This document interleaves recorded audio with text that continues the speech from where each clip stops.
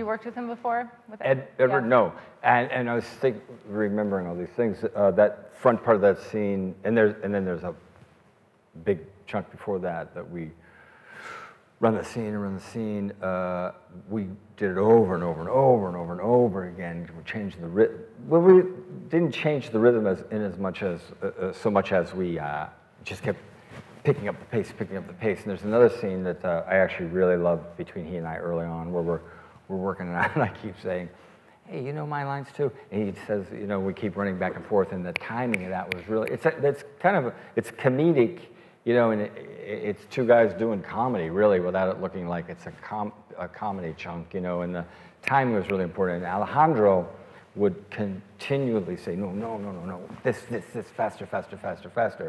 And I don't seem to have traditional timing, you know what I mean, what is considered traditional timing. I'm not sure what that is, but I always had, my timing was maybe, you know, on the 4 or something, you know, and so, but I know what that time is supposed to be. But he had a conversation with Mike Nichols, and Mike Nichols kept saying, remember, just every time you think you have it, just continually do it faster. Just do it faster. Do the scene as fast as you can.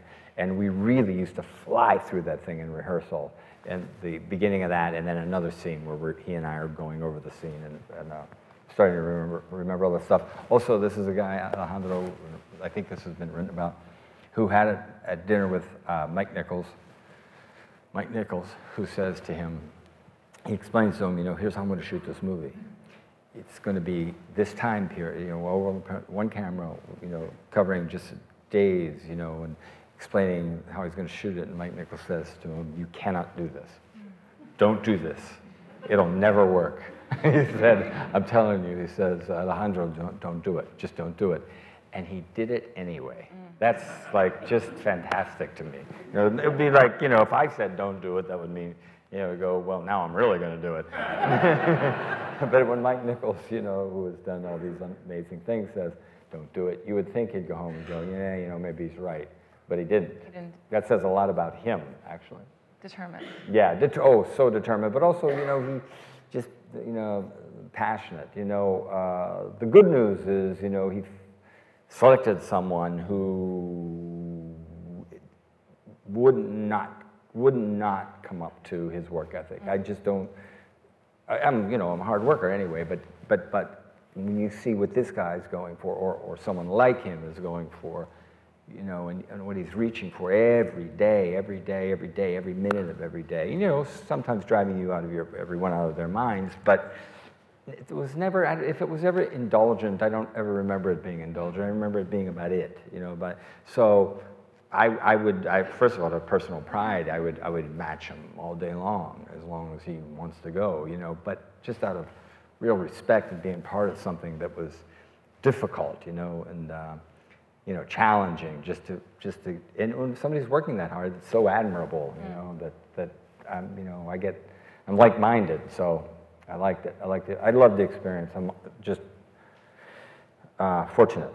I'm fortunate for a lot of, look, you know, I'm a guy who wakes up in the morning and goes, 2 hands, 2 legs, lungs working, 2 eyes, I'm pretty much good. You know what I mean?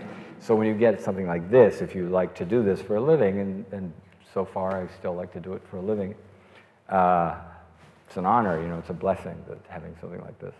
And going back to when you did start to want to do this for a living, was your first like official gig being one of the Flying Zucchini Brothers? Yes, it was. Do you know about the Flying Zucchini Brothers? He was on Mr. Rogers as a Flying Zucchini Brother with PBS in Pittsburgh? Yes. They lived. How did you get into that gig? Well, I had an audition. No. I got into it by befriending these maniacs at a job. I dropped out of school. I had to drop out of school twice while I was going to college. What did you study? I studied, I studied speech, which was a generalist statement, but it was in the journalism school at the speech and communication, under the kind of the journalism department. And I had taken some journalism classes because I loved it, actually. I played a journalist 3 times now. We could switch. So I had to drop out, and I was working during the day, and I was doing a play at night, and during some of this time. And where I was working was at a PBS station in Pittsburgh, WQED. I mean, that's where I was working during that time. I worked a lot of jobs, but I was working during the day. And when you worked there, you did everything. You literally moved sets and took them down to the warehouse. And some days you'd, if you figured out how to stage manage, or they taught you how to stage manage, you'd stage manage a little, local news show, or you would hang lights, or you'd do anything, And in my case, if there was anything where I could find a little thing to do, even walk by in front of a camera, I would do it. I would just sign up. I would show up for. Has that always been part of, you're the youngest of 7. I'm the youngest of 7. So were you sort of the attention-getting guy? Yeah, probably so. Everyone's pretty funny on the Irish side, anyway. What's the other side? Scottish, and they were. And I love Scots. I love Scotland, but they were that and Protestants. So that's I'm sorry if there are any Scottish Protestants, but they were stern. Not a lot of laughs.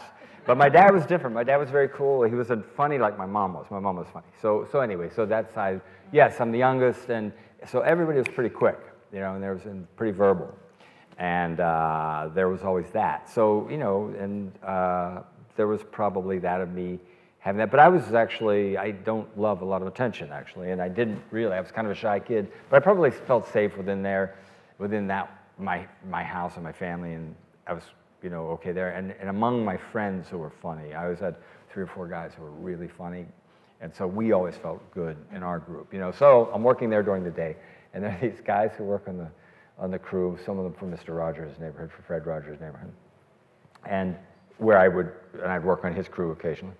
And these guys were crazy and really fun. This is in the 70s. Tatted up back then, pierced up, hair down to their butts, just wild men and funny, really funny guys. And he was so cool with them and so nice with them. He really had a really good sense of humor. So they created this little thing called the Flying Zucchini Brothers Daredevil Circus. And I guess I was there that day and did something funny that made them laugh. And it was just this ridiculous thing of us dressed up in long underwear and ridiculous costumes and performing like jesters, really. And it was very silly and funny. And somewhere, I'm sure you're probably now going to show a tape of it and embarrass me. No? Oh. No, but. Kind of disappointed.